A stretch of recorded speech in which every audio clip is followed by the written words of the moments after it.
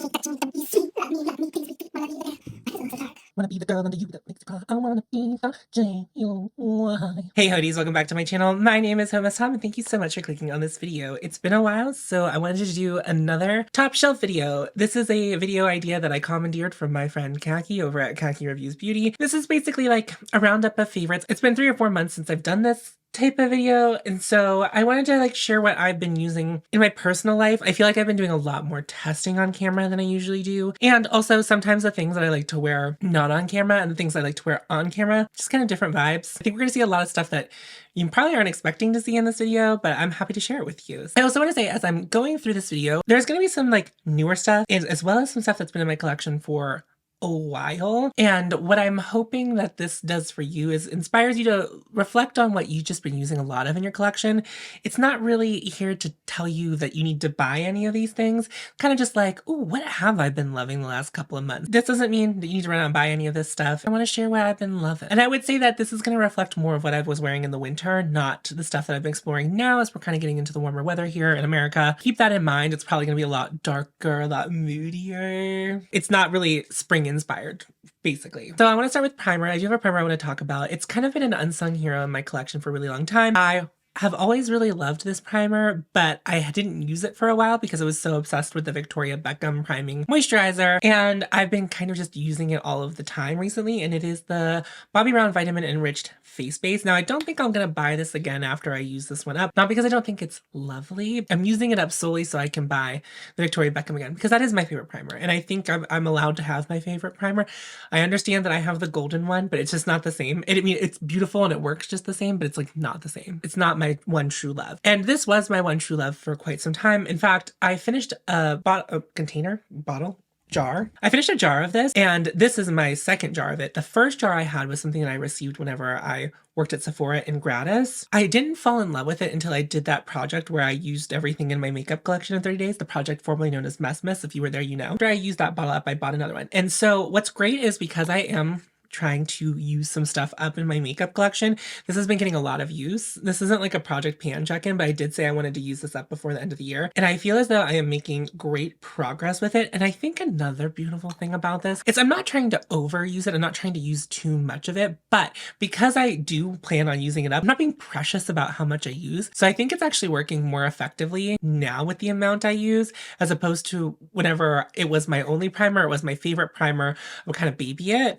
And it is nice, and I love that I'm like almost halfway through this. Yeah, it's a beautiful product. I'm glad that I'm using it up, because I think there was a concern that, for me, being honest with myself, that I was just going to buy the Victoria Beckham again without trying to use this up. I'm not suffering because I'm using it. It's still beautiful, just isn't my favorite anymore. That doesn't mean I can't use it up, and I just have been really enjoying it, and I wanted to share that with you. I always have my usual stuff. I just thought in this top shelf video I will share with you what I have been reaching for the most in my personal life, the foundations that I have been reaching for the most. And I think this is going to be a little bit shocking. There's only one complexion product I'm going to talk about that's like old hat, and it carries. The first one is the Terracotta Laton. This is not something I'm wearing very regularly. However, the specific purpose it serves in my collection is it's doing its job very well. So I would say this is really the only medium to full coverage I have in my personal drawers, and that I use on a, well, not even like that regular basis. I've used it a couple times for evenings when I wanted to look really perfected, and it's really gorgeous for that. I have the shade 0C. I just don't have a lot of this, but I went out dancing the one night and it just wore so beautifully with the assistance of another product that we're going to talk about in a second here. But that's that shade. And I find that this doesn't oxidize too much, even though it has like a soft matte finish. But I just like love the way my skin looked with it, especially it played really well with all of my usual blurring powders. It just gave me a really, really perfect finish. Now, I love that for like nighttime, and it's also like something that works really well on camera, but this is like not my everyday thing. It does have the Guerlain fragrance to it. It dissipates relatively quickly, and I get on with it really well. I feel like I've been in search of the perfect soft matte foundation for a while, and this kind of fell into my lap from Khaki, and it has really worked out for me. It's a terrible range of foundation. Like, it's not a good range. Like, if you were interested in it and you think one of the shades will work for you, I think it might be worth it. It's just been the one that's impressed me the most of the soft mattes. Like, I like this one more than the Prada. But the Prada one I very much see as a medium coverage foundation. And it's still really good. They don't live in the same realm in my brain. This is like perfect nighttime gorgeous, stunning. This isn't trying to look natural, and that's okay. Not everything needs to.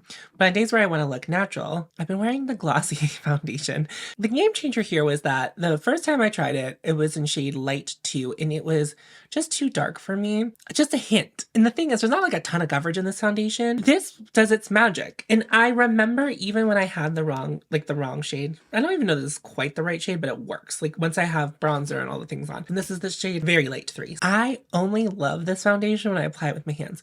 My skin never looks better than when I apply this with my hands. The only thing about this, this is why I'm saying this is like for daytime, going to get coffee, just like kind of your everyday foundation. I think this is like better for that. If you're looking for that kind of thing, it might work for that, but it's not like something with incredible longevity. I just like the way my skin looks in it. I like the way my skin looks as the foundation kind of wears off throughout the day, because it's not something that's giving me like 12, 15 hour wear. I just really like the way my skin looks. And I'm glad that I got to try it again, because I do really, really like it. This is not something that, this is still currently in my testing drawer. I don't consider this part of my makeup collection yet. As of right now, it's the one foundation that's in that lineup that I'm considering bringing in and potentially kicking something else that I have out. But let me just swatch the shades so you can see. The one thing that's really fun about swatching foundations and complexion products next to each other is you're like, how do those both work on my face?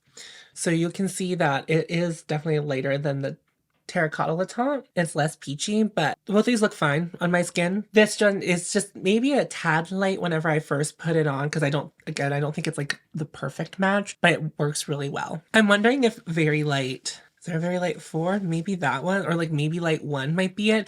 I've not swatched these in person. I have this bottle, and if I do decide to keep it, I'd be willing to use that one up. Furthermore, in complexion products, I have my Surratt Dewdrop Concealer. I think some people love having multiple options for concealers, but this really is the be-all end-all for me. This is the shade 2. This was sent to me in PR from the brand. It's interesting because I don't think these swatch really well. They do so much better on the face. It's like such high coverage in such a thin formula, and it blends out so seamlessly like on the face. I know that this is an expensive concealer, but it's worth it to me. I will buy this again whenever it's gone. I might buy shade 3, but I have been enjoying just shade 2 on its own. Sometimes I'll throw shade 1 in. It's like a basically just white shade. If I'm wearing the Terracotta Le Temps and I'm doing like a full beat, I'll do like 1 and 2 under the eyes to like really just highlight more. But I really still enjoy this. I have not felt any kind of persuasion to want to find a new concealer,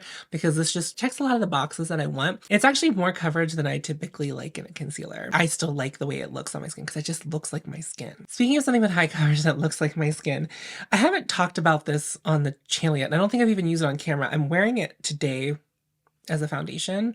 I may have worn it as a foundation in another video, but I didn't mention it. This is from Ritual Defeat. It's one of their lab access releases, and what that means, for those of you who don't know, when Ritual Defeat is potentially going to release a product, they will do like a drop where they release, like you can buy it for a few days, and then at the end of it, there's a QR code on here. You fill out a survey and you talk about your experience with it. Tell them what you would like changed. And I've done this a couple of times before. I've had a couple of them, most notably the foundation that the original 3-drop foundation before they like released it to the masses. They weren't the same foundation at all or even close. So I didn't really love the 3-drop foundation. I did like a 90-minute long video about it. It disappointed me, but this is their Creator Concealer. I think that's what it's called. Creator Ultra High Coverage Blush Wear Concealer. And it's the foundation I have on my face today. And it is gorgeous. Keep in mind, it even says on the packaging here that this won't be the final component. One thing I will say to them, I want a bigger doe foot when we do, like, because this is just like stock component that they were just, you know, something cheap that they could buy. The thing is, it is a thick concealer. And this is in Potion 110, should this come out. So it's their Fair Light pink leaning shade, neutral pink leaning shade. So that's what it looks like there. Again, look at the lineup. I think it's closest to the Terracotta Le Temps. So I don't normally like thick concealers because I find them typically really hard to work with, because it's like how much time do I have to blend them out? And I find them just to be kind of fussy. Like they're just like not my favorite. And that was my concern when I first swatched it. And I also swatched this on my hand at first and I was like, ooh, I don't know about that color. But when it's blended out, it doesn't look as peachy as it really kind of does on my hand. I love this one. I think it's the closest thing to second skin that I've found. It covers redness. It lives up to the high coverage, but I don't feel like if you look at my face right now, it looks like I am wearing something that's full coverage all over my face. But like something that I often struggle with when I'm wearing like lighter to medium coverage foundations is that the redness that's on the high point of my cheeks, which is something that we'll talk about in the skincare section later, that I'm finding the redness is going away, and it's a little upsetting what the product is that it's causing that. So it's deeply upsetting. I think it's a combo of two things. But anyway, it's such good coverage. It wears really well. And it's not dewy, and it is not matte. It is just, it looks like skin. It like has the finish of skin. I mean that in the truest sense of the word. I feel like so many brands say skin finish. What they mean is like soft matte satin. I don't think that's what this is. I just think it's like, looks like skin. And I think that's quite an accomplishment for something so thick. My only note is I still probably would like the formula to be a bit thinner, but I am hesitant to tell them to change it at all because I like this product so much. I think many of you would like this product. I think that they really hit the nail on the head with this lab release. I'm scared because the foundation I liked, but I also, when I tried their foundation in the lab sample, I knew it wasn't perfect. Like I knew it wasn't going to be the thing that would come out because I don't think it made a lot of sense for most people. And whenever you're trying to appeal to a mass market, I think that you have to take those things into consideration. I'm basically going to tell them, it's like, I can't wait to see what the new component is. If here are the complaints about the component, I know that it's not going to come as component, but like, here's what I would like to see if you're making a custom component or when you're looking for a different component. I think what I would like so far is I would like this to be kind of like the Givenchy concealer. If it was that size and you kind of pitched it as a found sealer, I think that would be very smart because I think this is by far the better. I think it's the best complexion product that I've tried from Ritual Defeat. I've tried their concealer in the pot. I've tried their old 3-drop foundation. I tried the new 3-drop foundation. This is their best go. It's such a promising formula. I can't see someone not liking it because it's just, I find it's just really good. It's really good. And we're going to celebrate that. Like I've only had it for like, I don't know, a week or two. And when I've been doing my makeup, it's what I've been choosing to wear as my foundation.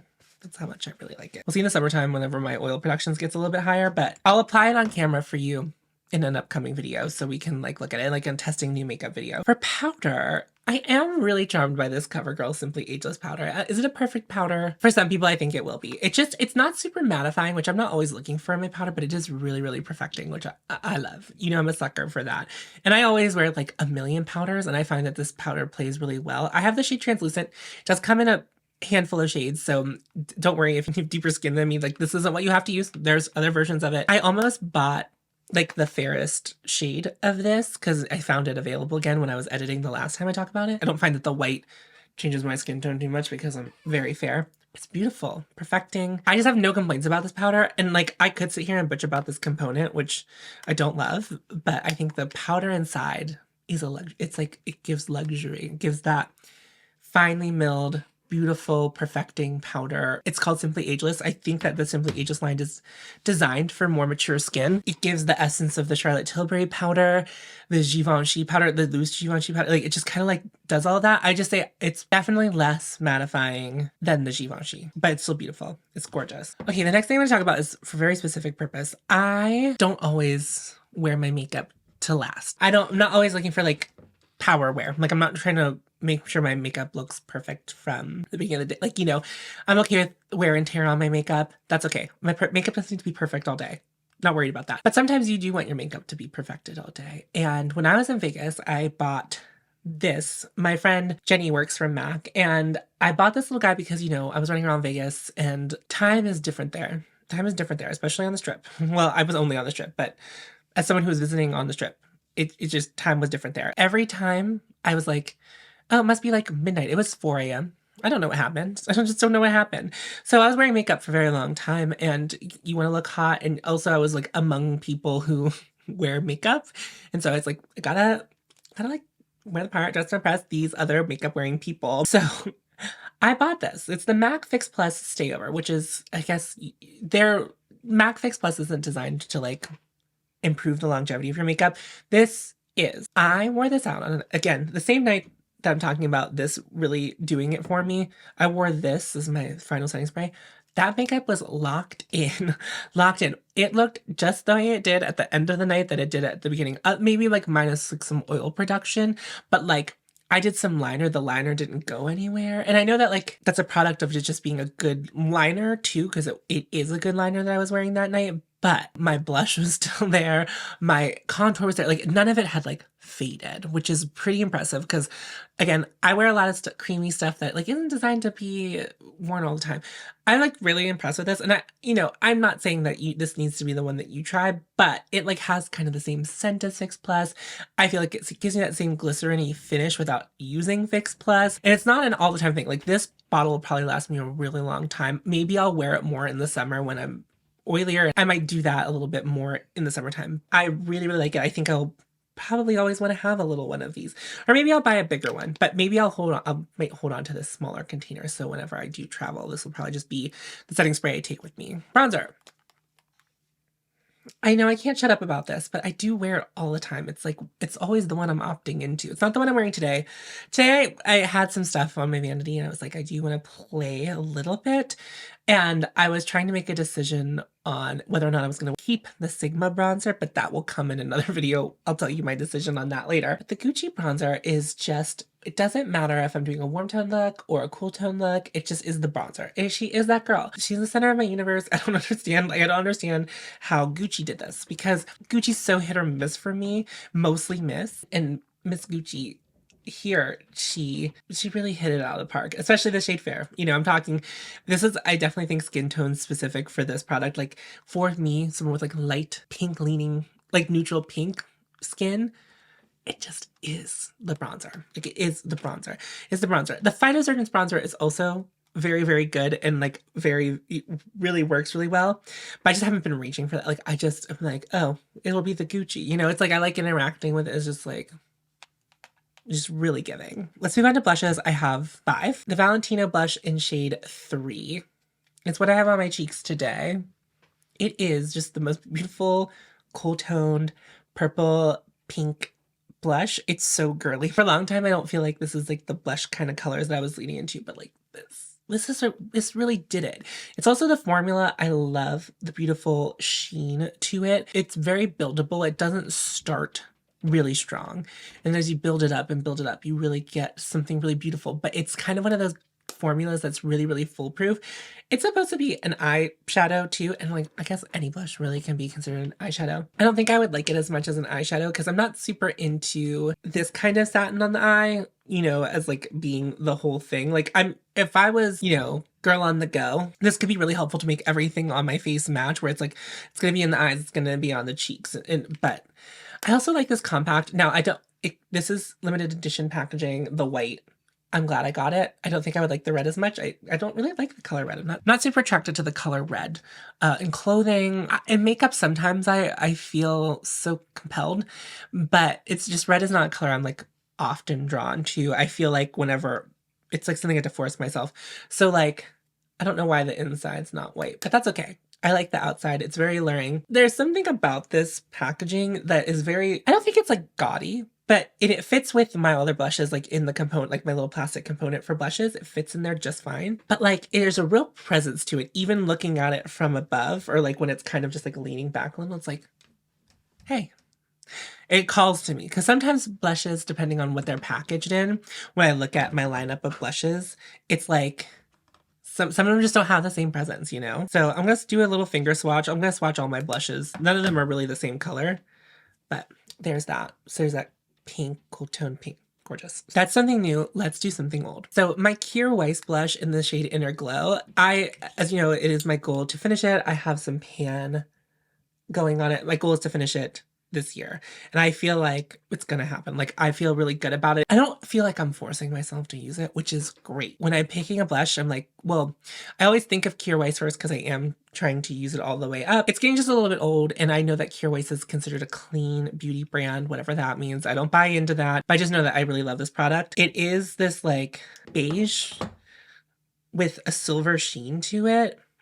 And I just love it. It works with any look. Really, really cool tone looks. I won't I won't choose it. But with most of the looks that I do, it works just perfectly. I love that beigey tone to it. It's one of those blushes that just has that je ne sais quoi, which I think that's kind of my favorite blush color. Like, of course I do love wearing purples and other colors, but like beiges that have like that je ne sais quoi. And I also think I'm so glad I bought the heavier duty packaging and didn't just go with the cardboard one or just buy the refill, because I think part of the reason I'm not having issues choosing this most times I do my makeup is because I really like interacting with this really heavy luxe packaging. And it is just very unique. Like, they really set out to create an experience for you to use this product, especially, I mean, if you're buying this component.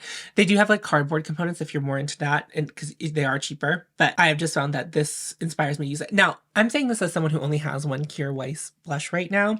If I had more than one and like I didn't know which one was in which component, I think I might be a little more frustrated with it. But like, knowing that this is just the one that has, you know, my inner glow in it, I really think we're onto something here. The pan doesn't grow, but the rims on the side are definitely, like, even the corners, like, we've moved down a bit. So we're just kind of like working our way through it, and it's been a delight and not a struggle. Something new. Khaki did her collection with Finding Ferdinand, the Après Ski, and while I love a lot of the blushes in it, this has really been the standout. This is the Chilled Adjuster, and it is this purple adjuster. I don't, and that's what I've been using it for. You can wear it on its own. It's a little too purple for me on its own, but to like punch up something to make it feel a little more cool, it is the thing in the collection other than the lip glosses. It's interesting. I think this time I was more in love with the two of the lip glosses from Khaki's collection, and then the first release from Khaki I was much more interested in the blushes. It kind of flip-flopped here. This is the star of the blushes for me, this adjuster. I just think it's so smart. I just think it's so smart because it's just a little, it's like translucent. You can tap it on top of any of the shades. I haven't made my decision on which of the stuff from this collection, other than the lip glosses, that I'm gonna hold on to, but this one is absolutely gonna stick around for sure. I did say this in another vid, but I'm not sure if Finding Ferdinand changed all of their formulas to be like this one. I will say I do prefer the Summer Abroad formula as opposed to this stiffer formula. That's just my personal preference. Something old. Mimi. If I'm not wearing Inner Glow, I am wearing Mimi from Westman Atelier. It's a lot darker than Inner Glow. I fell in love with this again a couple of weeks ago, I would say, and I have been concerned about my relationship with Mimi relatively recently. And I pulled it out the one day and I was like, I'm just gonna leave it on my vanity and see how many times I use it. Like, if I see it, like, will I use, and I have been. I really like this shade. It's another one of those blushes with the je ne sais quoi. There's a lot more to it than Inner Glow, but the thing about both of them is like they're a little bit warmer than I think you would expect them to be. Like, I know you can tell here, but if you look at the imagery of Mimi on Westman Atelier's website, it's like a catfish. It's total catfish. Like, it doesn't look like the way that they sell it. It's a beautiful, nuanced blush, but it's just not like the way Westman Atelier sells it. And I have taking the brush, instead of drawing it on my face, taking a brush to it and then tapping it on the skin. This works when you drag it on the skin, but I have been enjoying tapping it in with the brush better than dragging on the skin. I don't know that I would like need Westman Atelier to change the packaging of these blushes, but something that I harp on for other brands, and kind of like anything, if it comes in this like stick formula, I just think it should be a formula that is designed to put on top of foundation without it affecting any of the things underneath it. And I find that this formula for the most part can do that. I think maybe because my Mimi is a little bit older, it's not as like creamy as it once was. Like, I think I can tell that the formula, it's like not bad to use, but I can tell that the formula is just like not the same as it was when I first bought it. And I just think that using the brush to tap it in has been the better way for it at its age. And it's gorgeous. And finally, I love this formula, but this shade is newer to me. It's the shade Exothermic from Phytosurgeons. And as you know, I say it every time I bring up Phytosurgeons, that their blushes are my favorite formula. It is almost leaning a little bit berry, for sure, but when it's blended out, it kind of just is more brown. It's like, I love it. It's one of those blushes where I look at it and I'm like, I don't know quite what to make of you, but I'm never upset when I put it on, and I think that's just a real triumph. I believe this is one of their toasted blushes. I think their toasted blushes are just gorgeous. Their regular blushes are also gorgeous, but the toasted blushes, they put their whole pussy into that, you know, like they just really did that. Look at that. That's just a scrummy little bunch of swatches of blush. The next thing, I don't know that you'll be able to buy anymore. You might be able to, but it's one of the Olivia Palermo palette. This is in the colorway Au Naturel. Now, my friend Ananda, who's medium olive on Instagram, she sent this my way. And this is not the one that I've used on camera. It does have that blue in it, but the other palette I've used on camera is more purple. And I said I would circle back to this. Now, of course, this is a pretty boring color story minus that pop of blue. But this color right here, I think about it a lot. It's the color of my dreams. So I just really, really love it. What the shade is called Light Fawn. And I put this on my eyes the one day and I asked Khaki, well, how would you describe this color? And she said, beige. It's just sparkly beige. I love it. It's an eyeshadow that I go out of my way to wear just in this palette. I like the Olivia Palermo eyeshadows. I really do. They're not my favorite eyeshadow formula to work with, but I think that and this company is no longer really in business, but you can find some stock of it. Anthropologie has a lot of it if you happen to be interested, but they don't have it marked down.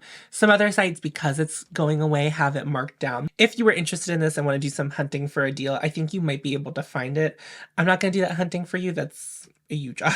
But if I can find it, I'll leave it linked in the description box down below. I just really love that. And then all of these shades work really well together. And I actually have been kind of into a pop of blue recently. I kind of have been into that. It's kind of giving Mink from Victoria Beckham, kind of giving Smoky Quartz, just kind of all of my favorite single shadows that I've, really loved on my channel. It's kind of just given the same energy as all those. I really, really, really, really, really, really like it. Sans Victoria Beckham, I have not interacted with better packaging.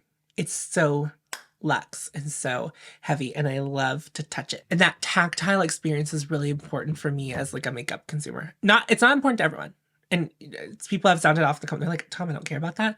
I care about that. So I'm going to talk about it. I'm going to let you know. If you're like me, you would like that, I have a couple of Phytosurgeons eyeshadows. 3 I picked out are the ones I've been wearing the most. Fractal Freesia, which was the OG one I tried.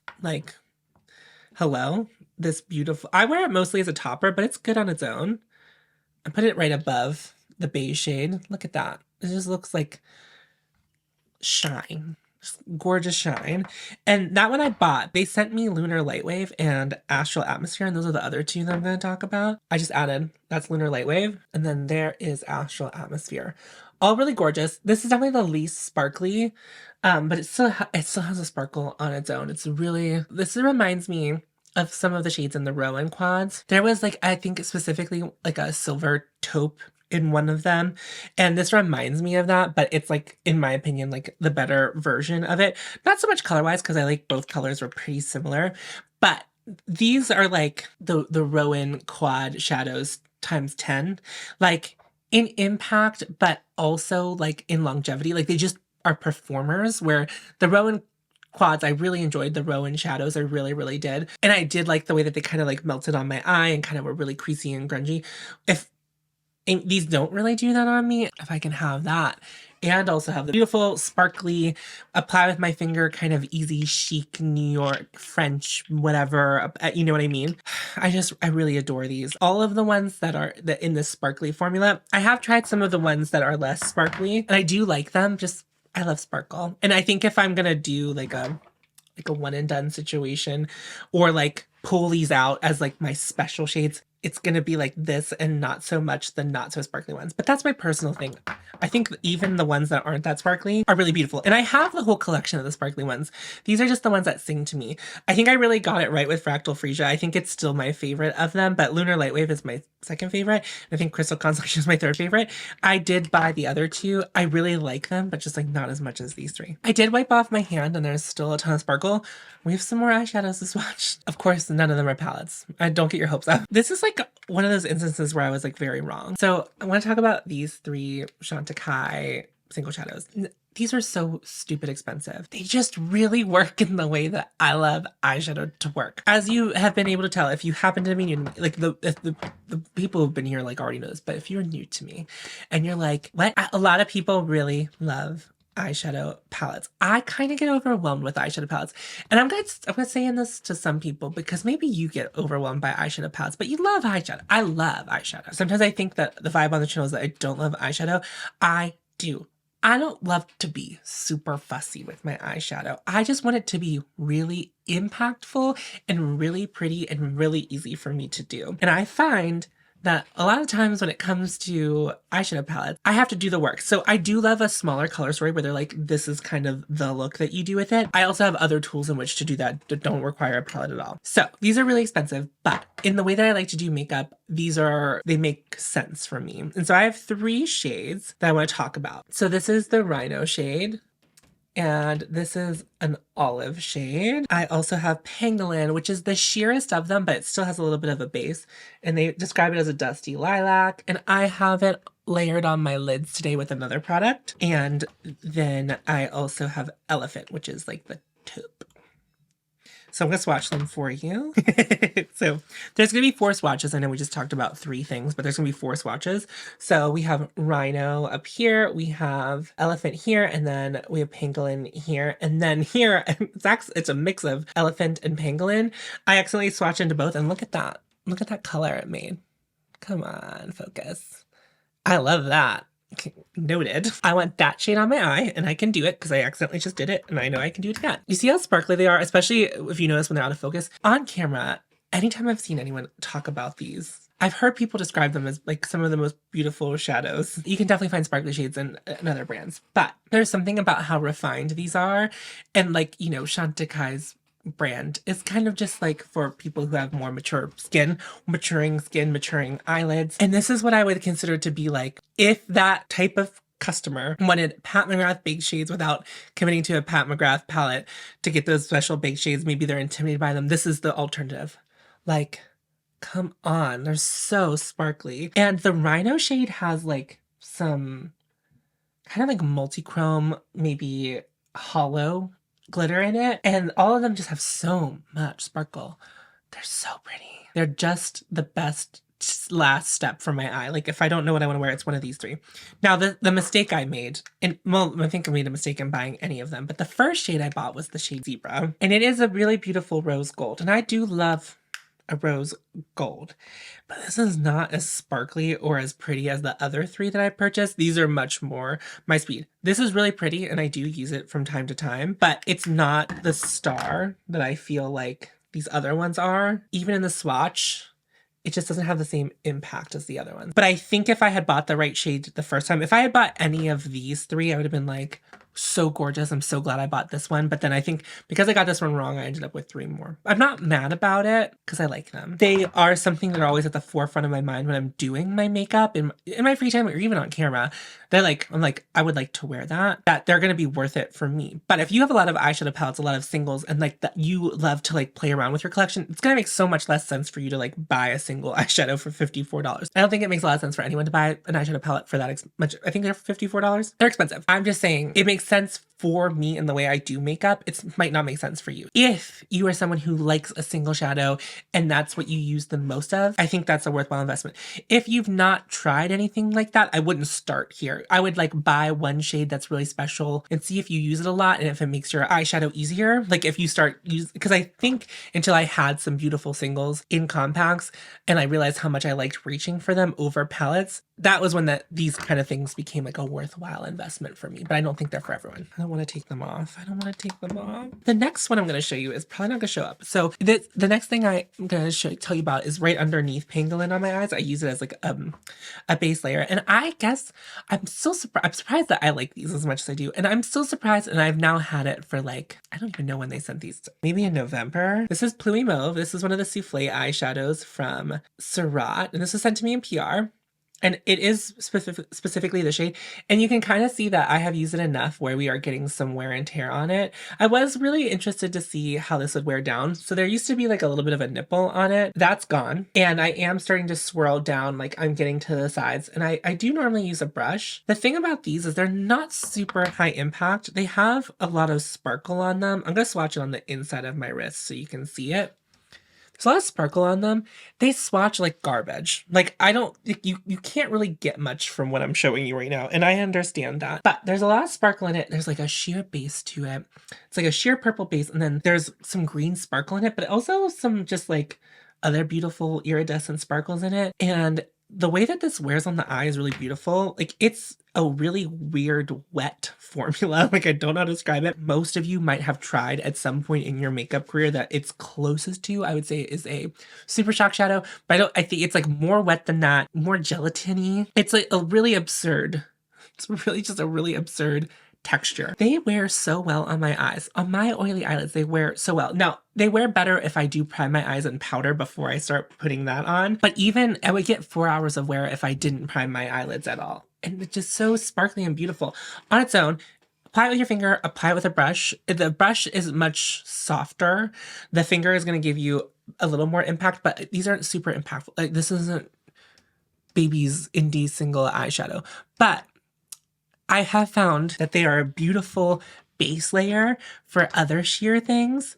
So even Nuage d'Argent, which I didn't pull out, I do much prefer Pluie Mauve as far as shades go. Like Pangolin on top of that, Pangolin is really pretty on its own, but it's not this pretty. So we have some green sparkle, we have the Pangolin sparkle, we have both of those sheer bases kind of playing together, making something even more spectacular on the lids. If I am wearing like a sheer taupe shade, I have Nuage d'Argent underneath, and then I put that on top.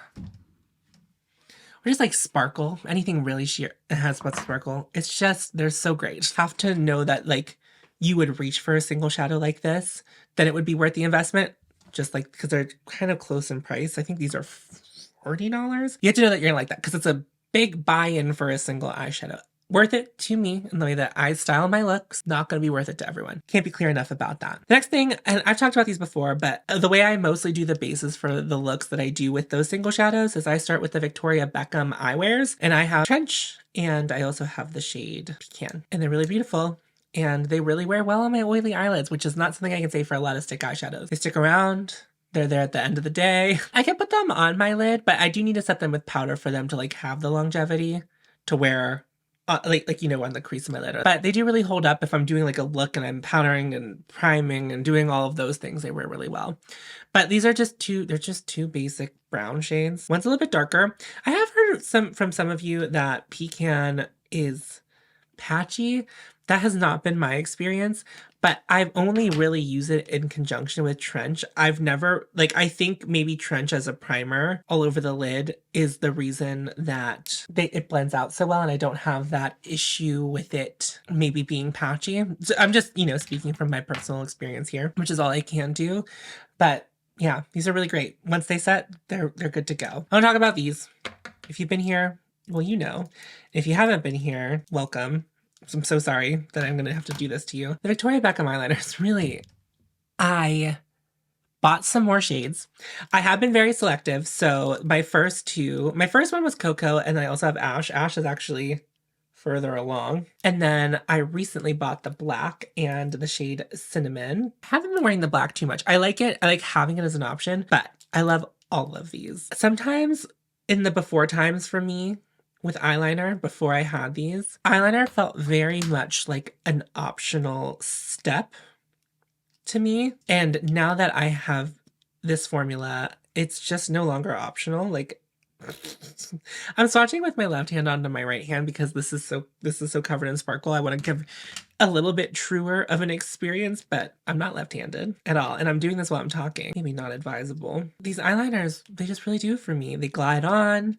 There's no tugging, which is very important to me. As I age, I just don't want things tugging. There they are. Cinnamon and Cocoa. Cinnamon's on top, and then it leans into Cocoa, which is like a very dark brown. Ash is right here, and then the black shade. They give you enough time to blend them out, and then once they're set, they're set. Kind of just like the eyewears. I don't know. She really nailed it with the eye formulas for me and like my needs. Not everyone's gonna like that. Some people like a stiffer eyeliner formula, something that's not as creamy dreamy. I'm looking for a creamy dreamy experience when it comes to my eyeliner, and Victoria Beckham provides it. And then also Cinnamon. I wasn't sure I was gonna like Cinnamon, but I have it on my eyes today. It's a little bit of a wing, and it's also in the waterline. It's a game changer shade for me. I didn't think I would like the softer side of Sears when it came to an eyeliner, but there's something about having that little bit of shimmer and then also being a little bit red, and then I just think it makes my green eyes pop. And I also feel like purple works really well on my eyes, so I just feel like I'm doing myself a lot of favors with these colors today. I feel like my eyes look really good. I just have a couple lip products I want to talk about that I've been wearing, and then I want to talk about a couple of lip products. On my lips right now, I have Haute Coco from Khakis Après Ski collection. It's kind of named after me. It's a perfect cool brown. I know that those sold out. You can't get them. I don't want to talk about it anymore. I don't want to hurt anyone's feelings. But these you can still buy. So that's not to dismiss or not celebrate this. It's a really great shade. It's just like, and it'd be maybe fun to try to dupe, but I don't want to be that person. I don't find, if we're going to go on any lip journey, it's going to be a sheer black, sheer gray, sparkly lip balm. Maybe not sparkly, you know, kind of thing that I talked about in my wish list video. But these are from Ravy Beauty. I really need to look up how you pronounce this because I pronounce it different every time. It's Eyeliner's lipstick collection, and I don't know if I imagine that she'll come out with other products as her brand continues to grow. But these were gifted to us at the Creator and Friends event, and I had 3 and I only kept 2 of the shades. I kept the shade Lily, which is like kind of like a yellow nudie brown-ish. There's not a lot of pigment to these, which is okay, and that's kind of what I like about them. And then I also have the shade Dahlia, which is the purpley one, like the mauvey one. These are such an unassuming kind of thing, but they're like a lip balm formula that has a little bit of color, which isn't revolutionary, but like I think that these shades are really, really great. Like this is a little more wearable all the time, and then this one has like a little, I mean, they're so sheer on the lips. Like they don't even have that much pigment. Like when you put them on the lips, it's just like a kiss.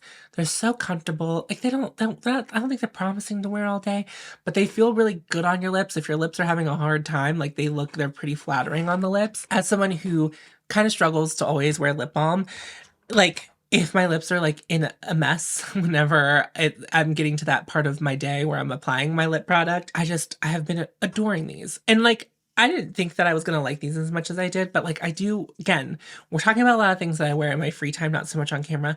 In my free time, this is kind of like most of the time what I'm putting on my lips and putting in my bag, because it's just like, I don't really have to worry about it. I don't feel like I even need to use a mirror when I apply, because it's just kind of like lip balm. They're so sheer, but have enough. They're both. I do want to talk about some skincare with you. This is a product that I've been using for a while. I'm on my 4th or 5th bottle of it, and it's Verdant Force Field from Phytosurgeons.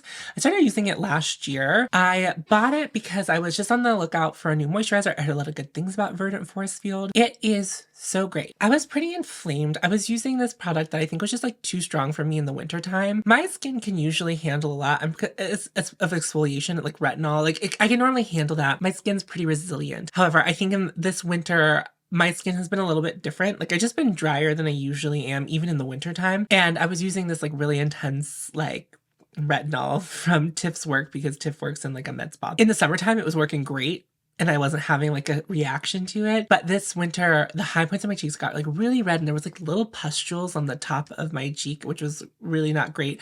Especially like anytime I would put eyeliner on, it was like not a good time. Oh, look at that. Just a hair. How long has that been stuck there? Probably the whole video. I also was kind of like testing a bunch of new moisturizers this winter too, which I think was also part of the problem. And I started using Verdant Force Field, I feel like last year at the beginning of the year at the winter time, and it worked so well for my skin. It's such a light, airy formula that melts into the skin, but like does the work without having to feel like you have like something kind of like thick and on your face. It just is so great, I think, for people. I mean, like, I really like it for my oily skin, but I know some of my friends who have dry skin, their skin loves it too. It's a really versatile formula, and I don't really know how they did it at Phytosurgeons, because typically I feel like whenever we talk about moisturizers, it's so distinctly one-sided. It's like, this is a moisturizer people with oily skin are gonna love, or it's the other. It's like, this is something that only people with dry skin are gonna love. And this just like has a happy middle ground. I really play with how much I apply depending on, so I mostly use it as the daytime moisturizer because I like the thinness of it and how it melts into the skin but still does its job. I do like something thicker at night, but like if you really layer it up, it does the same thing as something thicker. But I like to have, you know, I'm also someone who I've been testing a lot of skincare. That stuff's probably mostly going to come up in empties. I've been filming empty content. You're not going to see any of it until the end of the year.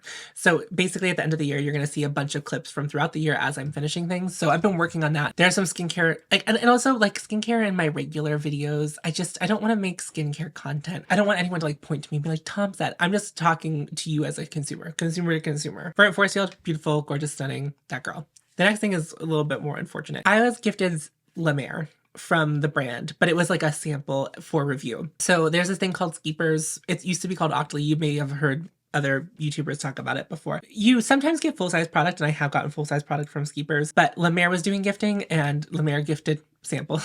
So I got to try one of their moisturizers. It's like a new moisturizer to them.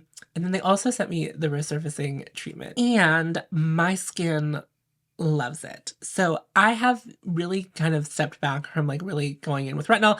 I'm not using that really strong retinol anymore. And I went back to my glycolic from Drunk Elephant, and I'm also using a retinol from Shani Darden. And I used to go glycolic, retinol. Now I've been kind of doing glycolic day off, retinol day off, because like my skin, I was still having, it got better after I stopped using that really intense retinol, but I was still having the redness. So I was gifted this resurfacing treatment from La Mer, and they say you can use it morning and night. I've only been using it in the night. And the first time I applied it, I like wasn't sure that it really did anything. And then I woke up the next morning and my skin felt beautiful and soft, which is what I want. I've been wearing it nightly since I got it. And what I will tell you is that the redness on the high points of my cheeks is almost gone. Like there's still a little bit, but the pustules are gone, and my skin is like really soft, and it's looking better than it has in a while. It's like the only real thing that I can directly translate it to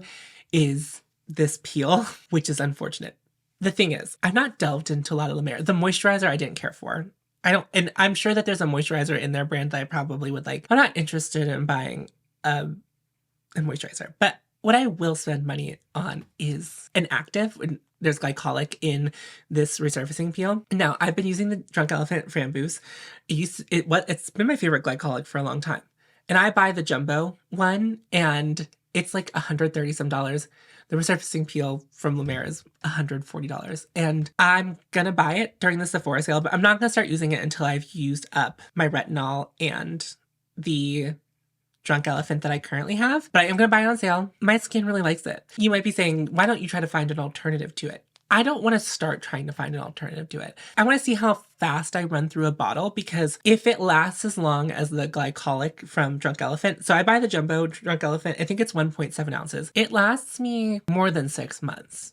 And I'm just curious how long this one will last me. We'll go from there. But if it lasts me 6 months, it could be worth it. There are many things that I have tried that are $20 that I burn through in a month, and I'm like, it wasn't even worth that $20 in the month. But if this thing that's really working for me can work really well over the course of 6 months, and it is at that price point, I'm okay with that.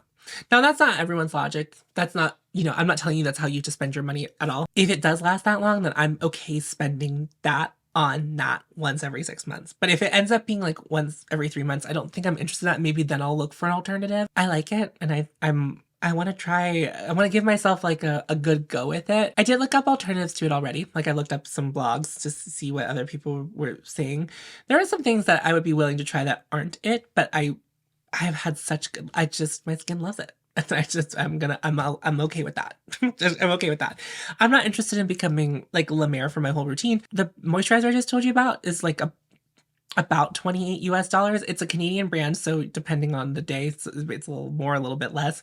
But like it's like almost $30. So it's like I'm not always interested in paying that much, but like I think that this might be. I don't know that for sure, but I love it. My skin loves it. That wraps up the video for today. Thank you so much for watching. What are some of your favorite things that you've been using the last couple months? What's been the star of the show? I think I would like it even more if it's a product that's not new to you. Like, I don't want to hear about the latest eyeshadow palette that you've been using for the last 3 months. I want to hear about, like, the surprising complexion product or the surprising blush that you hadn't used in a while, and then for the last 3 months you've been obsessed with. I want to know about that kind of stuff. Tell me about it. Let me know. If you happen to be new to my channel and you watched this video all the way through and you have not hit the subscribe button yet, I highly encourage you to. Most of my channel is involved in like loving my makeup collection as it already is, while being just discerning about the new makeup releases coming out. I want to help myself and help you build the habit of just being more discerning about what we're buying makeup wise. I want you to make sure that whenever you're buying something that you don't already have it in your collection. I don't want you to be stuck in the hype cycle, because a lot of us have a lot of makeup that we're not loving on and that probably could do the same thing as the new thing. And so maybe we just turn to that before we buy the new thing. I also do some makeup reviews. I also receive some PR. I'm not strictly a consumer, so sometimes we delve into that. But I always will come back at you after using things for some time and be like, this I think is actually worth the money. This I liked and it isn't worth the money. And like this I liked and I do believe it to be worth the money. So I try to come back at you with that information later. It takes me longer than most people because it takes me a long time to test things before I feel confident being like, yes or no. But I would love to have you stick around. I think my next video is going to be my critical sass, which is the new makeup releases, which is like the most popular, fabulous thing that I do on my channel. So I would love to have you around for that. And make sure you like this video and share it with anyone you might think and will enjoy it. I'm on Patreon and I have channel members. You can check those out if you feel like it. I do additional content over there. No pressure though. Liking, commenting, sharing my content is the best way to support my channel. And I really appreciate it. I'm going to wrap up this video. I've been talking for a very long time. Remember to follow your haute and you'll find me. You'll find me. You'll find me. What do I do? You'll find me. Go forth. Tits out. Bye-bye.